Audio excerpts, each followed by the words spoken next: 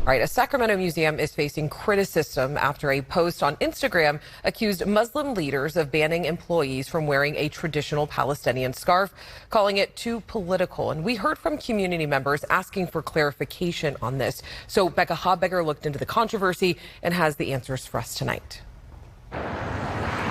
The SMUD Museum of Science and Curiosity, or MOSAC, here in Sacramento, is the subject of an Instagram post Monday by the account Change the Museum, which says it pressures U.S. museums to move beyond lip service proclamations by amplifying tales of unchecked racism. The post tells the story of an anonymous employee and says it has this employee's permission to do so, saying, in part, "I work at the Museum of Science and Curiosity. Last month, an Arab staff member wore a Palestinian keffiyeh to work and was advised by a director to reconsider their clothing choice. The next week, more coworkers donned keffiyehs in support of these actions and to stand up for Palestinians who are being dehumanized, starved, and bombed relentlessly. Those employees were each pulled into private meetings and interrogated about the keffiyehs, what it meant to them, and were reprimanded for hurting the feelings of an Israeli director. Soon after, a new policy prohibiting clothing, apparel, or other visible symbols that make a political statement was sent to all staff by email without context." The post goes on to describe several employees feeling uncomfortable with the policy and asking how it would be applied equitably. We reached out to MOSAC asking them to confirm these events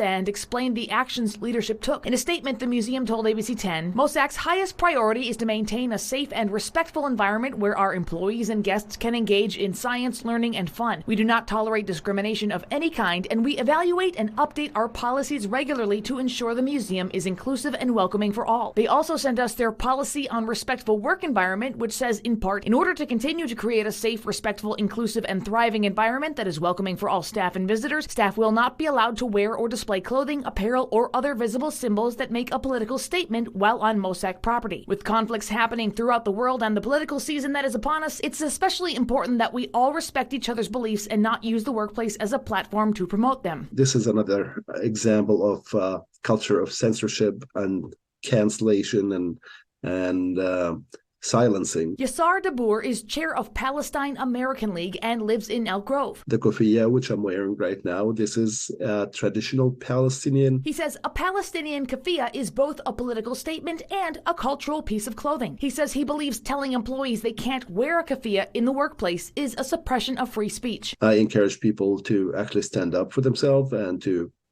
fight it off, because this is freedom of expression.